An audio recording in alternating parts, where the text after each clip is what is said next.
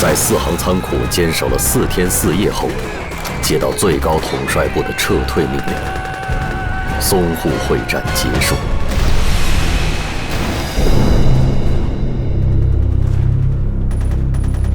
1937年11月12日，上海市长于鸿钧沉痛宣告，远东第一大都市上海沦陷。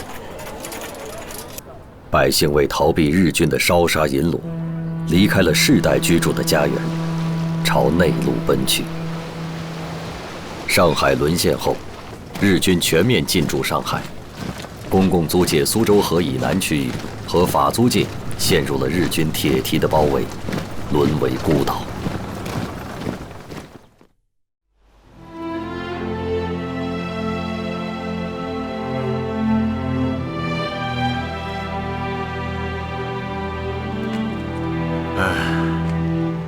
众所周知，八路军在前线打了几个漂亮的胜仗。咱们的八路军呢，现在可以叫铁军了。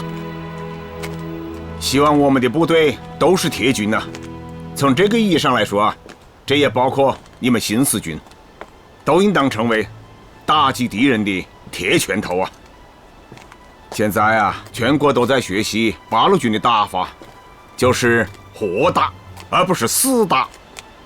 更重要的是，要执行共产党提出来的10大纲领，动员4万万民众一起参加抗战，组织他们，武装他们，这是一个伟大的力量。听了主席的话，真的是很受启发。建立新四军只有一个目的，那就是坚持抗战。坚持抗战，作为一个中国人，我会的。你是名将，我们都很敬佩你。铁军是光荣的，你也是光荣的呀。可是，我觉得作为共产党员更光荣。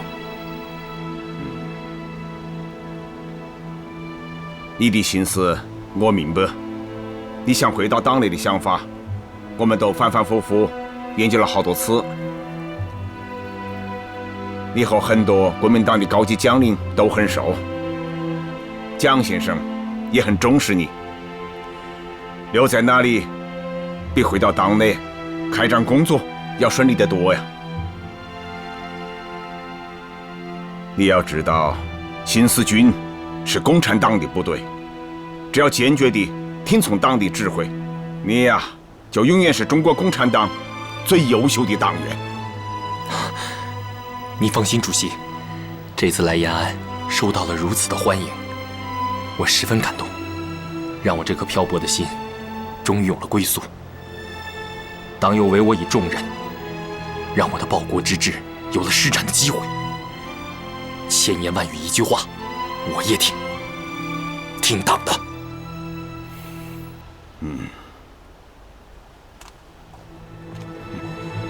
好啊，今天我请你吃红烧肉啊！来，新四军现在已宣告成立，但是部队改变千头万绪，你要和叶挺军长好好合作啊！放心吧，主席。虽然他现在还没有回到党内，但是你知道，他是名将，而且是南昌起义的领导人呐。这个我知道。好啊，回去好好工作。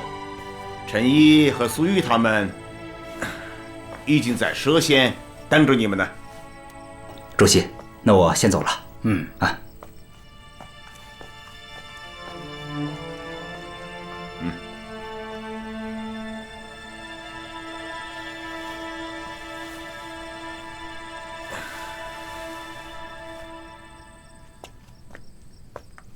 主席，两个人都谈过了。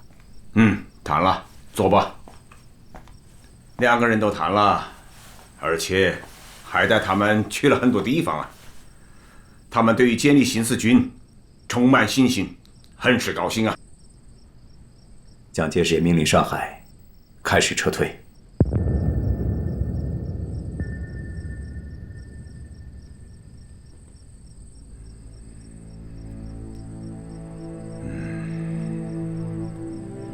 上海失守了，那么南京呢，也将不保了。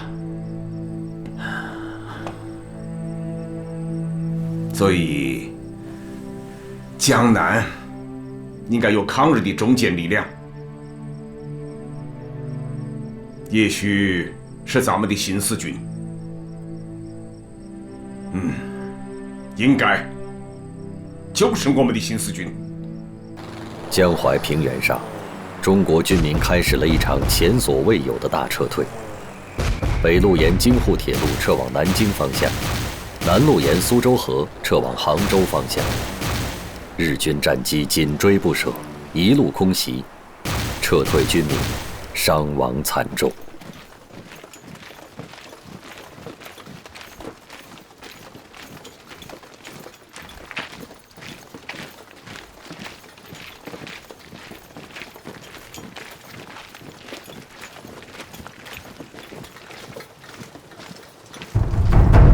上海派遣軍としても即刻南京に侵攻することを希望する。南京が陥落すれば、蒋介石の中央政権は首都を持たない地方政権になり下がるし、誰も中国政府の言うことを聞かなくなる。これは我が国の品問題の根本的解決に役立つものである。日章旗を中国の首都に掲げることは、豊臣秀吉以来、日本の武士全体の夢だったが、その夢がいよいよ現実に近づいた。よし、やろう。東京へは私から話す。松井さん、柳川さん、二人は宇治川の先陣争いにおける佐々木高綱と梶原景末のように南京城に大日本帝国の普及の功績を打ち立てよう。はっ！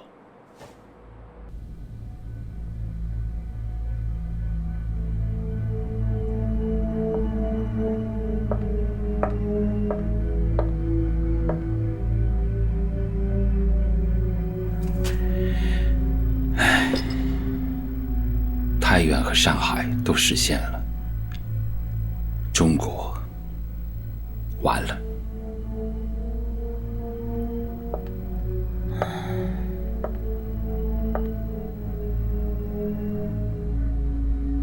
其实你可以和日本谈。你在想什么啊？日本人现在节节胜利，中国军队节节败退，还拿什么和人家谈呢？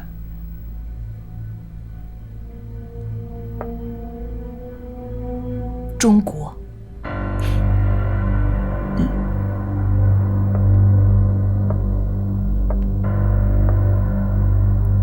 我去过德国大使那儿，他说，谈判的大门还开着。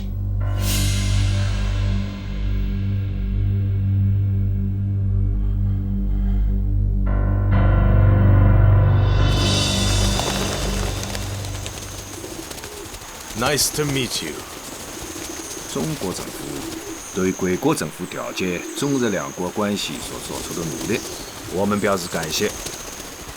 我们不希望这里有战争，为此我们送来的文件，阁下都看了吗？看过了，一个字不差。日本方面有什么修改吗？一字未改。我想问一句，如果我们答应条件和谈，他日本能够从南京城下撤走他的10几万大军吗？有这个可能，至少广田外相希望早日结束战争。那好，请贵国转告日方，给我1天时间。好，那我就替日本人等您24小時。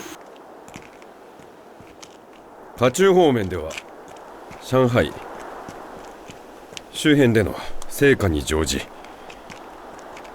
時を移さず果敢なる追撃を行っております。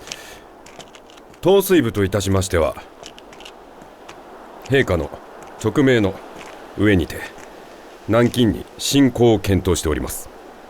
南京？南京。当前的形势，我想有必要让在座的各位都清楚地认识到，国联已经不能够解决日本问题，国际社会就是通过外交的途径也没有解决的可能性。而倭寇方面送来8项无弹的条款，同时向南京开过来8个师团。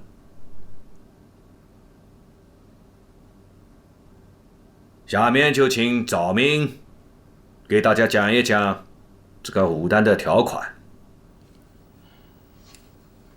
停战谈判要点：一、取消塘沽、和美协议、土肥原贤2、秦德纯之协定；二、取消冀察、冀东两政府；三、设立包括卢沟桥在内的河北省非武装地带；四、撤退增派的日军，调整邦交方案。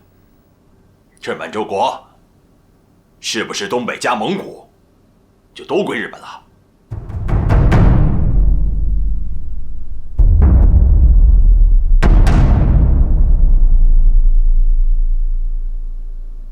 诸位，日本国提出的8个条件是苛刻了一些。南京已兵临城下，如果首都变成一片焦土，那何以为国？所以我们干嘛要用激烈情绪去激怒日本人呢？温和一点不是更好？因此，我提议，原则上以接受日本的8项条件为基础，尽快跟日本人谈判。